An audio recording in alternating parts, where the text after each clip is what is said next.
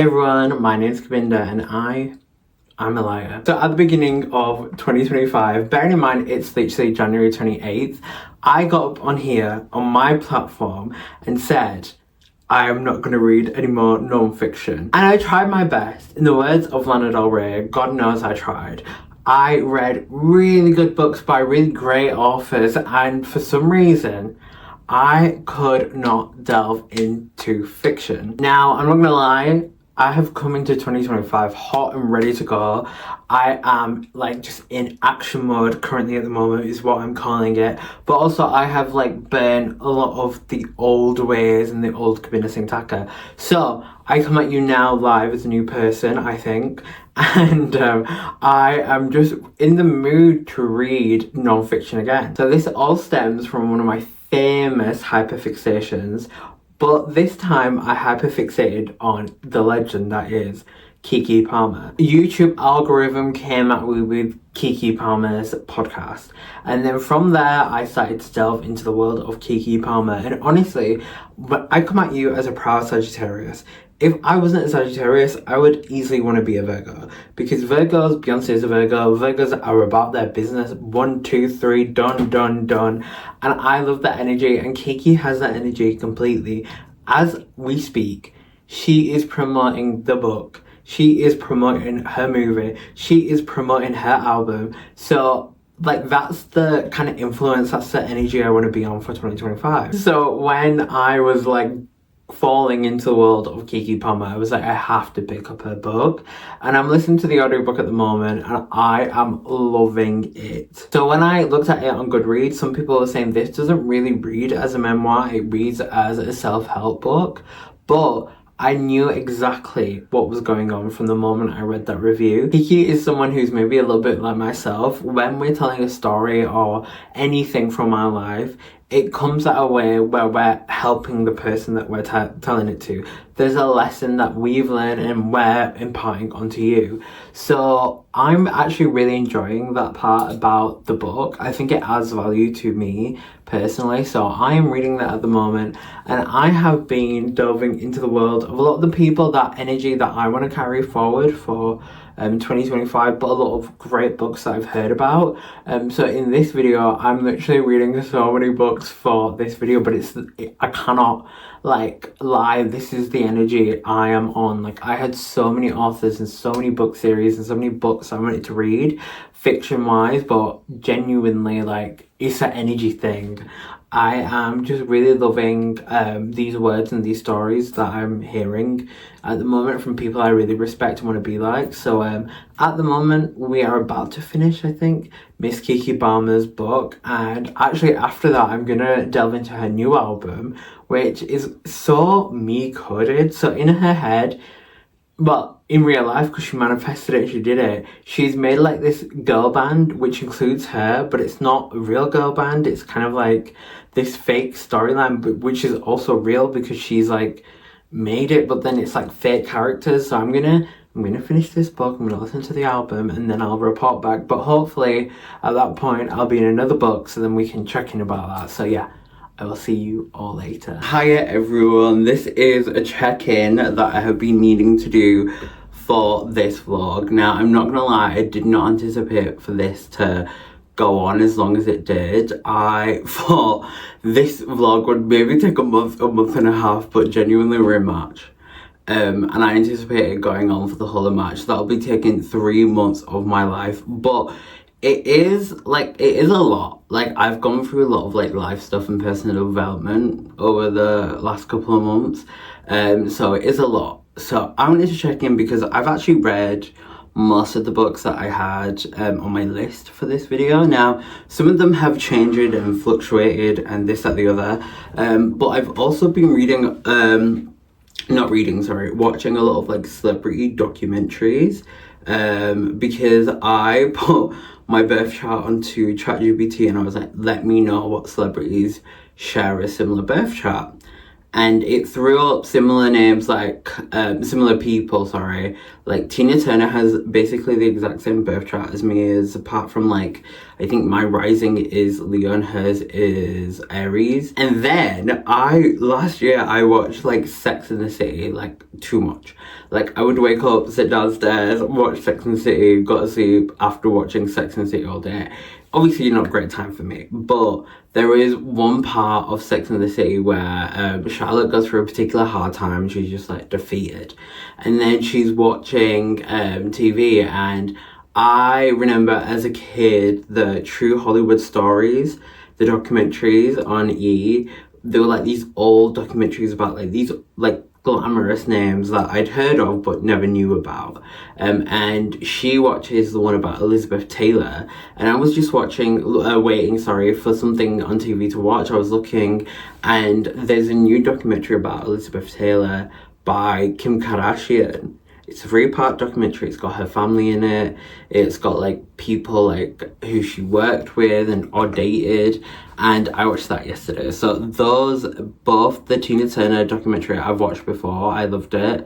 And I watched the Elizabeth Taylor one. But this one I'd watched for the first time. But I watched a documentary about her before. I think the iconic scene of her getting like a diamond necklace with rubies and earrings to match by her third husband, Mike Todd, just randomly when they're at the pool on camera, whilst her fourth husband, Eddie Fisher, is in the background in said pool, is crazy. I love that woman, love that story. Obviously, Evelyn Hugo is one of my favourite books, which is inspired by Elizabeth Taylor, so chef's kiss. But reading wise, let's get to the plot of the movie. Reading wise, I have read a bunch actually. So the first book I read was Keke Palmer's book. This one, like I was saying earlier in this video, a lot of people were like, listen, it's just not a memoir.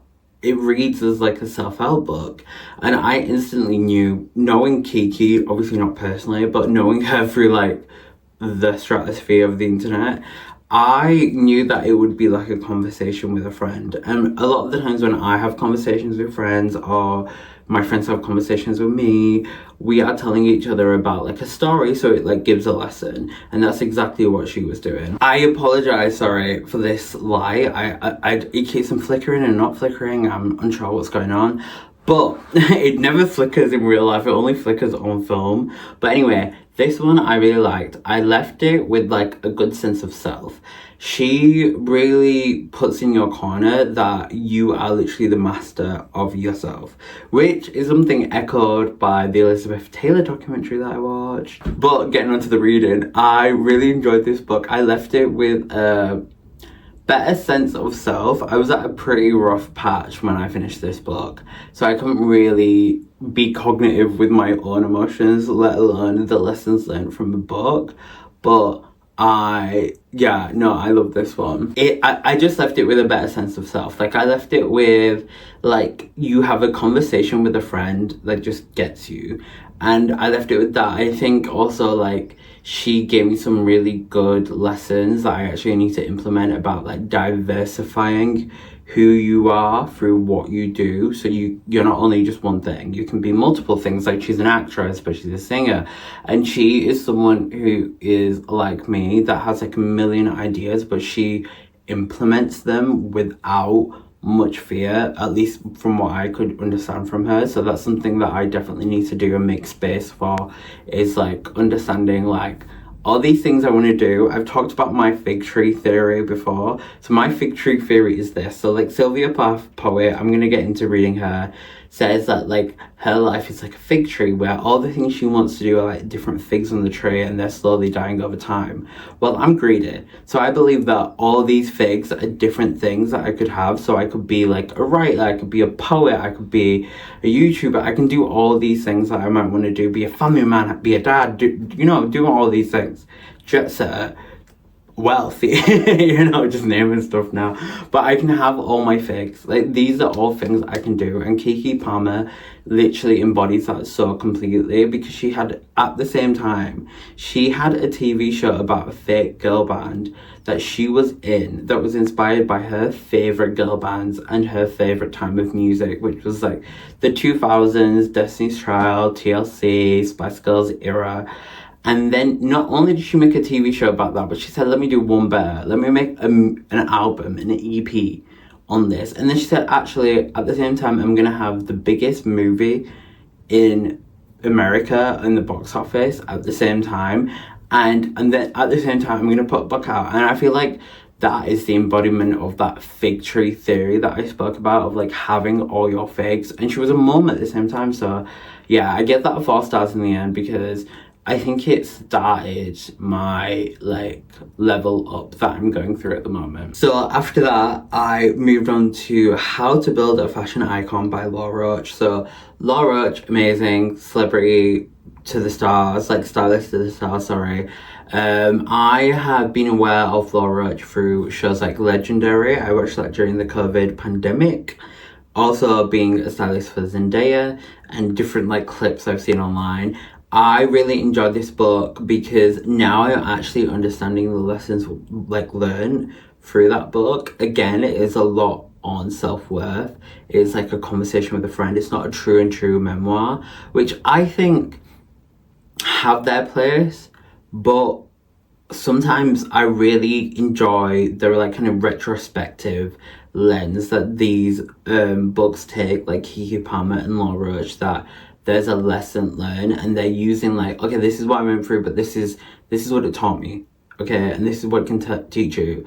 So I really enjoyed that. I think some of the lessons like I'm implementing now, and I read this book in like January, so like one of my favorite lessons is like, if it's a no once, it's a no forever. And that's something that I'm only doing now as a 27-year-old man. Like, I'm just being like, listen, if that was your motion then, that's your motion now. Like, it's not a change. I don't care.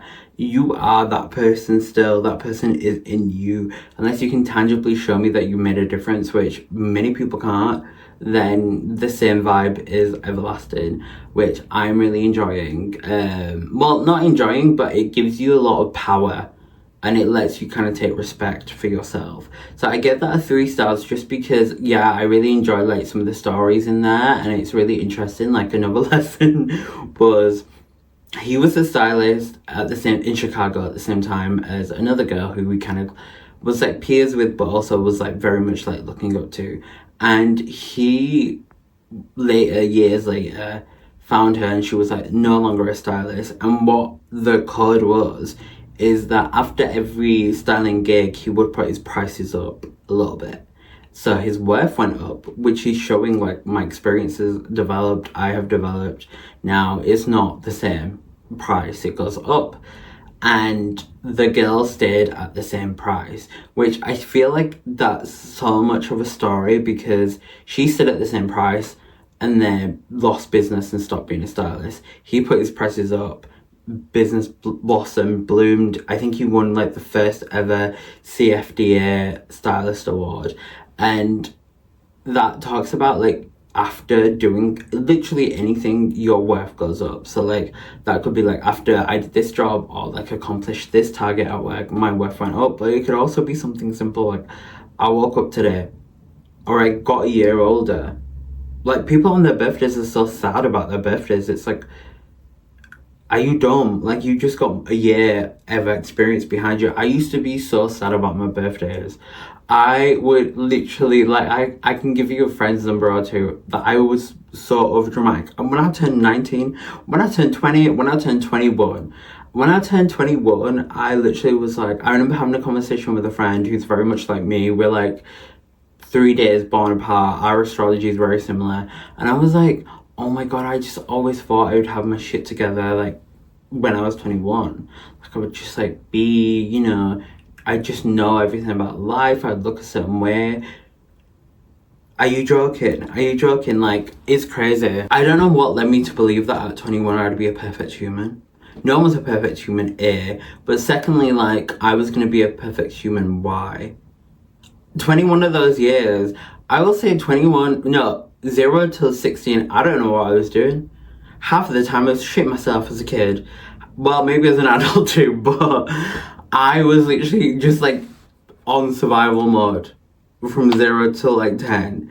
And then 10 till like, I was figuring it out. 10 till 18, I was figuring out.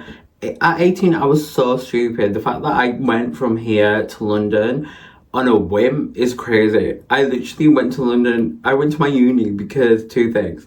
A psychic told me to go to London, so I went. She said that I would go there, so I knew that I had to. And then second thing is, on the day, I looked at the centre of London and how far the different unis were. And my uni and another uni, Greenwich, were the options, and I didn't go to Greenwich. Now, in hindsight, it would have been better for me to go to Greenwich, but my uni was nearer the club, so yeah, I went with that.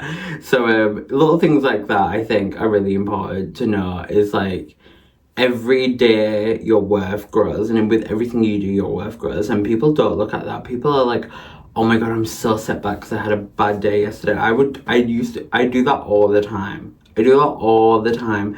I'm like, oh, I didn't do this by this time, or I didn't wake up at 5 a.m.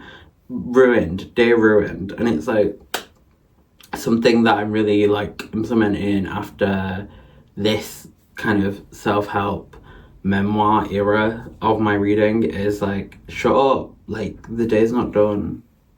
You could literally stay up. You could literally stay up forever. And what is the day? Do you know what I mean? That's probably silly, but yeah, I get that 3 stars after, but now I'm kind of like digesting lessons learned and implementing them. So listen, Laura at the end of it says, whenever you need this book, access it. So I might go back. After this, I really believe that I left the world of the self-help book Memoirs and then went on to the actual kind of like stereotypical memoirs. And one book that I wanted to read was Julia Fox, Down the Drain. I'd heard really good things about this one. I'd seen like sound bites of the audiobook on TikTok. People like when I'm doing my dishes and it's her talking about like she got slapped in front of the dead pup. It's crazy. But I read this book and it was very, I want to say it's different than what I imagined because it took me on such a different journey. Like I felt like I was there. Like I was literally like folding up bed sheets and like listening to an audiobook about this girl in like 2000s New York or like in Rome, or it was crazy. But I really enjoyed this one because I earlier said that it wasn't a self-help book, but it actually kind of was, because one of the quotes from this book really stands by me, and it's like, sometimes you have to you have to throw your life down the drain and see what comes up on the other side. And as someone who like often like is like, shame is a big thing in my life that I'm coming to terms with. And so sometimes like over the littlest thing I will feel like, oh my god, my life is over, I've thrown it down the drain. But now I'm looking at it from the perspective of like, great, now you kind of get to reinvent yourself and see what comes out on the other side. A lot of the stories are very real, and she's been through a lot. She's been through a lot, and I'll stand on that. Like, it's crazy that she went through so much. I give this a 5 stars because when you finish it, like I said, I really enjoy books where you get to know a character in depth, and I feel like me and Julia Fox, this is crazy. And another book that's similar is Share the Memoir Part 1, which, as I said before, is crazy that she is such an icon. She needs like a Part 1 and a Part 2, maybe a Part 3 to her memoir, but I understand why. Because this is, I talk about this to everyone. This, 5 stars obviously, but the life she's lived.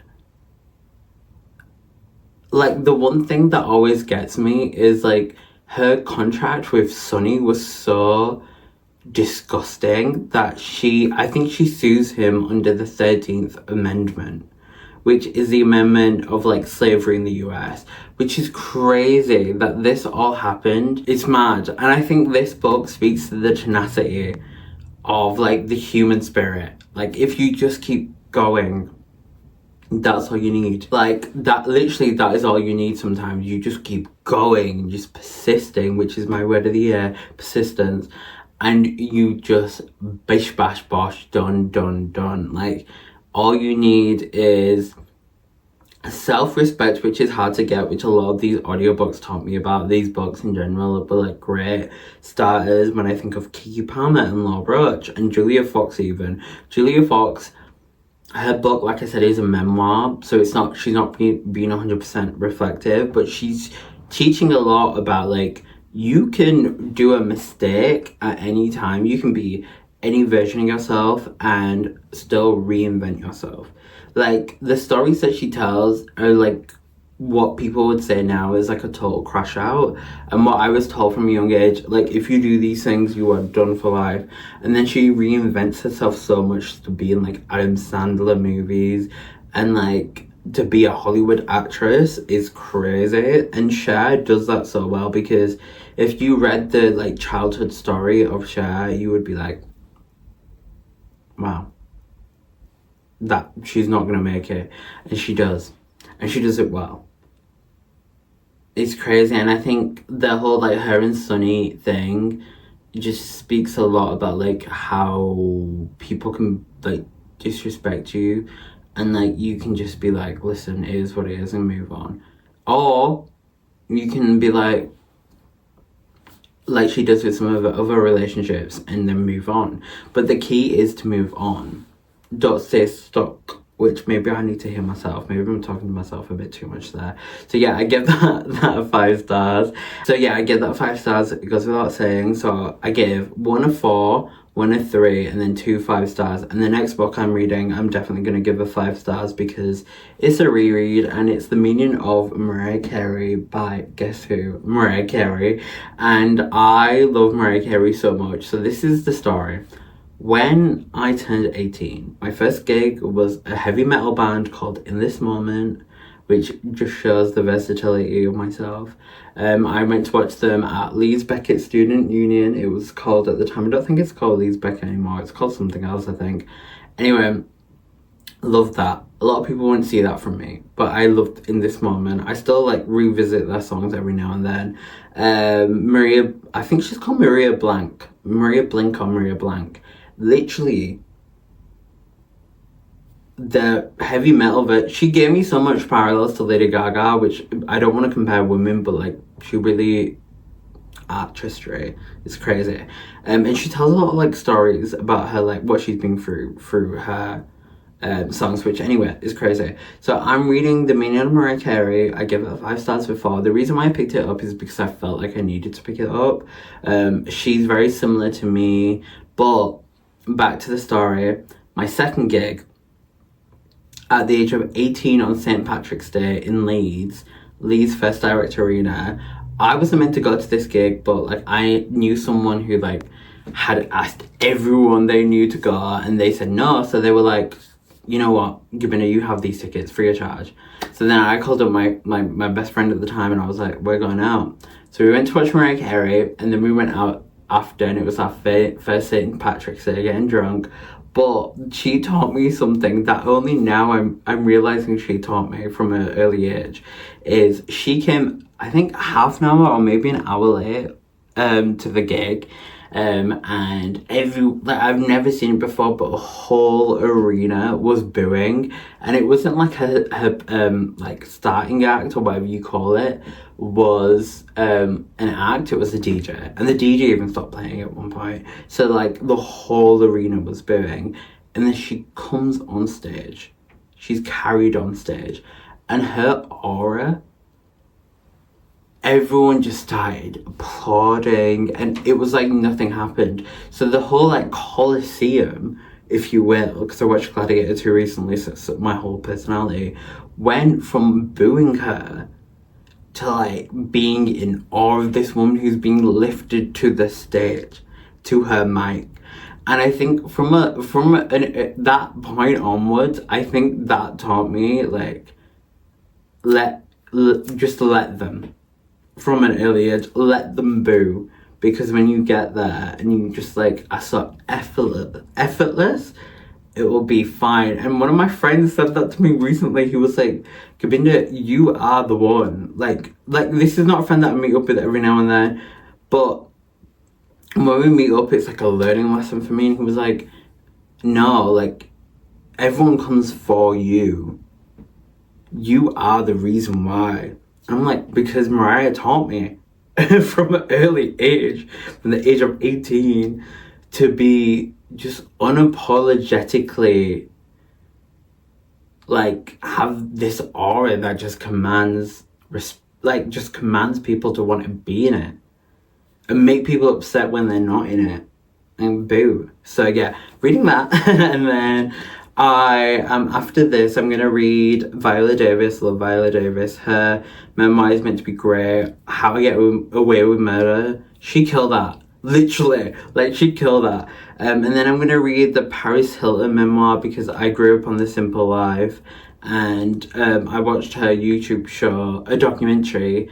And what she went through as a child is crazy. So I can't wait to get into that a little bit more. And then I'm going to be reading Matthew McConaughey's autobiography, Green Lights. This is my final book, I think. And now, a lot of you might be like, Govinda, why are you reading this book?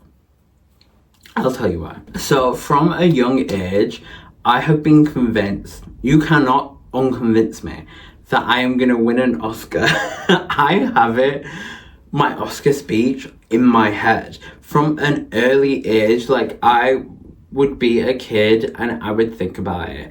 I would be like a boy in Bradford living above my dad's shop and thinking about it.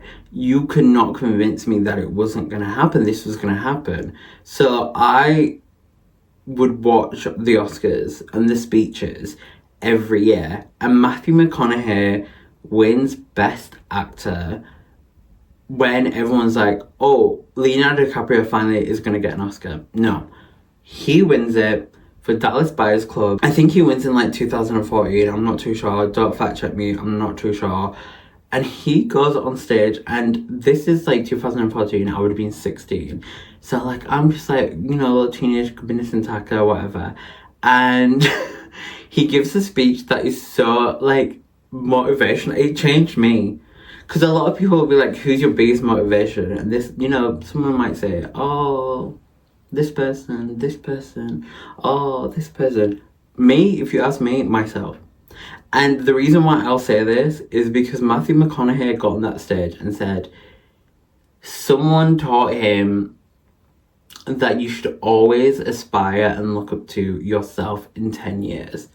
And when you get to that 10-year mark, look up to yourself in 10 years' time. So you're always pursuing yourself in a place of greatness. You are always holding yourself and the person that you will be as the standard of what you accept and what you look up to. So after that, you know, it was lights over for me. I was like into it. And now the reviews on this aren't great. I'll just say it. Rambling book is what someone said. 1 star, you lost me. Here's another review. Oh Lord, was this annoying? Is another review. And another narcissistic actor who loves to hear himself talk. But I owe it to Matthew McConaughey to read his book. So I'm gonna do it. I'm gonna read his book. I'm gonna love it, I'm sure. So that's all I'm planning to do. So I'm gonna check in with you guys. Maybe if I have like a profound like 4. But Mariah Carey, she's already getting 5 stars. Viola Davis, I'm guessing she's gonna get a 5 stars. Paris might get a 4, but if she really turns it, I'm gonna give her a 5. And then Matthew, I'm just gonna wait to see what Matthew is saying. Matthew, I don't, because some people aren't liking it, but I think I'm gonna like it, so I'm gonna see what that is, and then get back to you guys with my Gubby's final thoughts.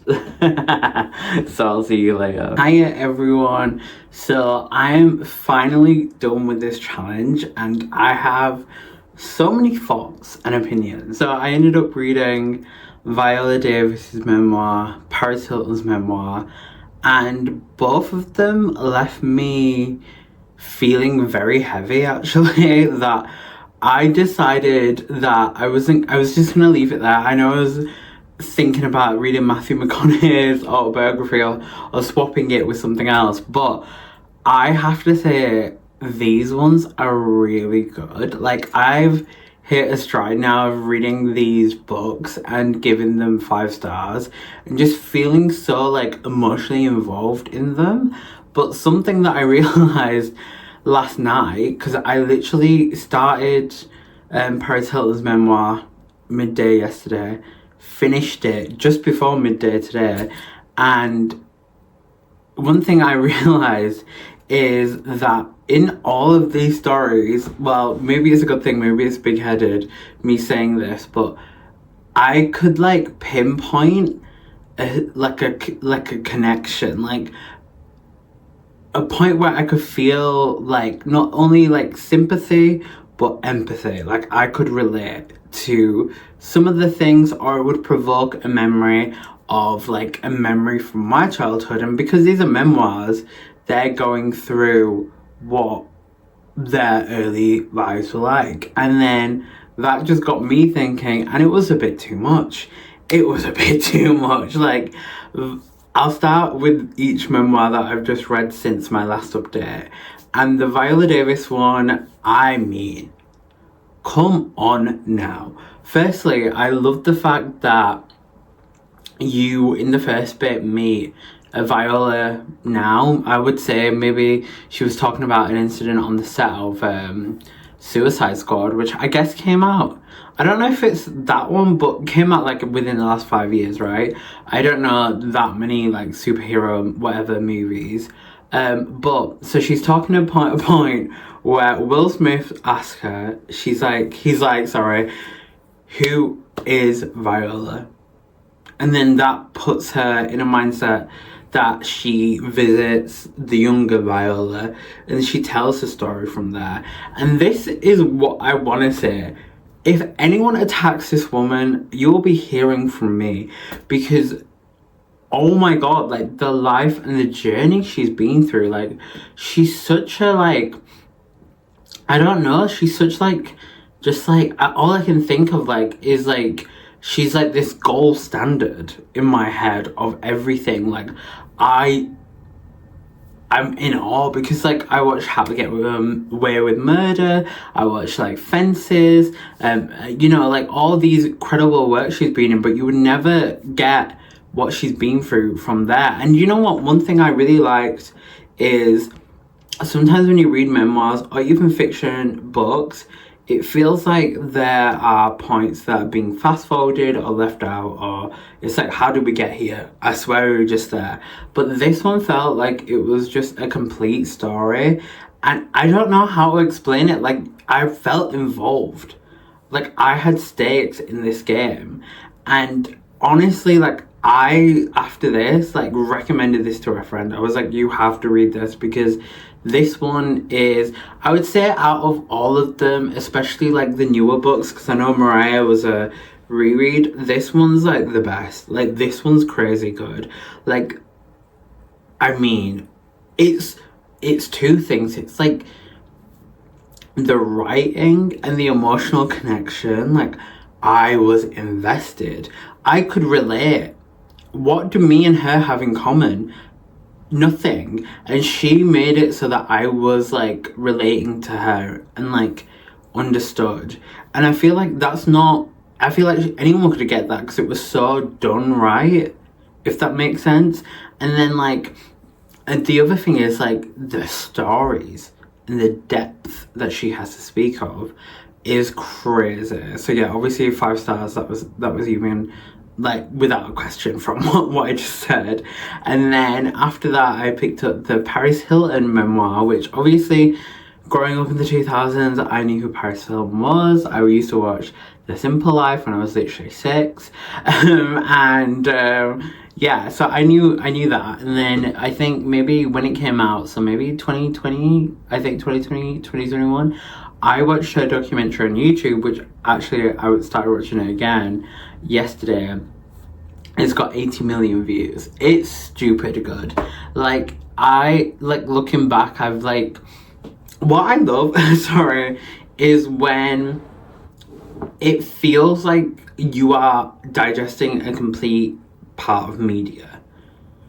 And Viola Davis's book made me feel like that. The documentary Paris Hilton made me feel like that. Her book made me feel like that. And I will say, like, growing up in like the 2000s, I saw so many people, like, especially women, being portrayed as like ditzy or bimbos or stupid. And everyone's natural impression of me was the same. But obviously, we know the certificate's there from my university, my CV, I can give it to you. That is not true. There is brains behind this beauty. And Paris has that. And with this book, she initially starts talking about like her ADHD and like how her thoughts are like all over the place. And to someone who might just be like superficial, they'll be like, oh, but this woman did such a good story. Like, you didn't feel like it was, sorry, you felt like it was a complete part of media. Like I was saying earlier about Viola's book and Paris's documentary, this was like so well thought out. And she mentions in, because I was reading the audiobook, she has like a part that's not in the book about how she worked, and this was her main objective, like editing it, making it perfect.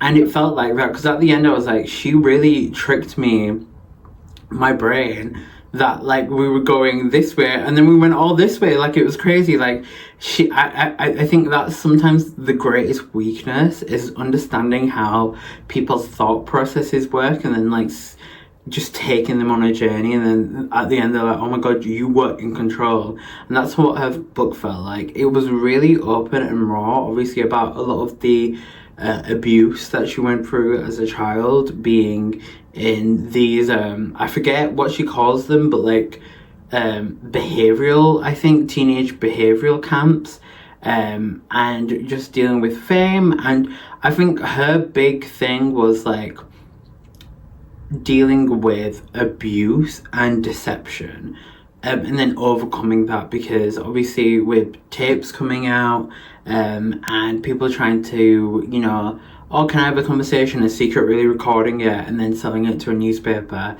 And then I feel like, and then obviously the abuse she's gone through, but like the abuse, yes, from those schools or camps or whatever you want to call them, but the abuse that like you go through naturally from like every interaction, like that's negative. There is a level, obviously this is like heightened negativity from them. So yeah, at the end of it, like, it was a lot for me. Like I said, I read it in a day, but even then I had to take breaks, because it is a lot. Like, it is very, very heavy in points, and I was like, I need to take a break. But one thing I got from both of these books was just such a life lesson of like these women, but like everyone that I read about, they obviously went through terrible things at one point. They didn't let it define them. They knew that this wasn't their story. Like, literally, Paris talks about it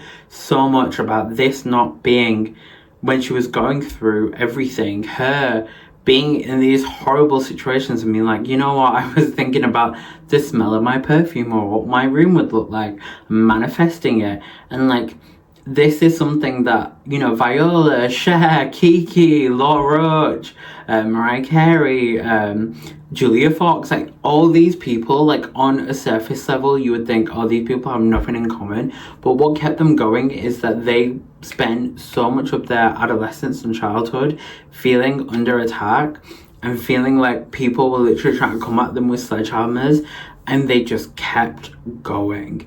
Like, I think that's such an important lesson, but also very ringing true in my life.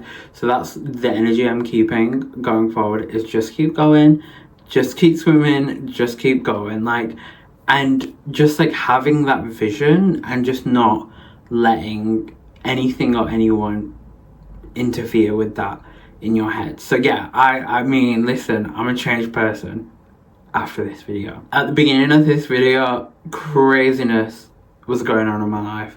And if you look back on those video clips, I look like a different person. But now I feel so much better, and honestly, this is such a life lesson from these books. Like, I'd recommend all of them, especially for different things, but I think that's the overwhelming lesson, is just to keep going and let no one take what you want. So yeah, I can't recommend these books enough. I have really good taste is what I'm saying, because all these books were just chef's kiss. Yeah, I think this might be a break from just non-fiction books. I think I want to turn back into fiction, but also I think this might be a break in reading, which I'm lying because I've just hit a stride. Like, I finished these last 2 books in like 4 days or 3 days. So yeah, that's crazy, but what a journey, everyone. I'm really happy that I read these books. I think sometimes it's good to take time out and just read about like real life stories, just because I think a lot of these ones, especially the audiobooks, are really good. Like Paris, Kiki's and Laws is a conversation with you, and Paris, I think, made this like very much in the mind of someone picking up the audiobook. She mentioned she's got ADHD. I would pick those up. I pick all these books up. As always, everyone, thank you for watching, and please do remember to like, comment and subscribe. But for now, bye.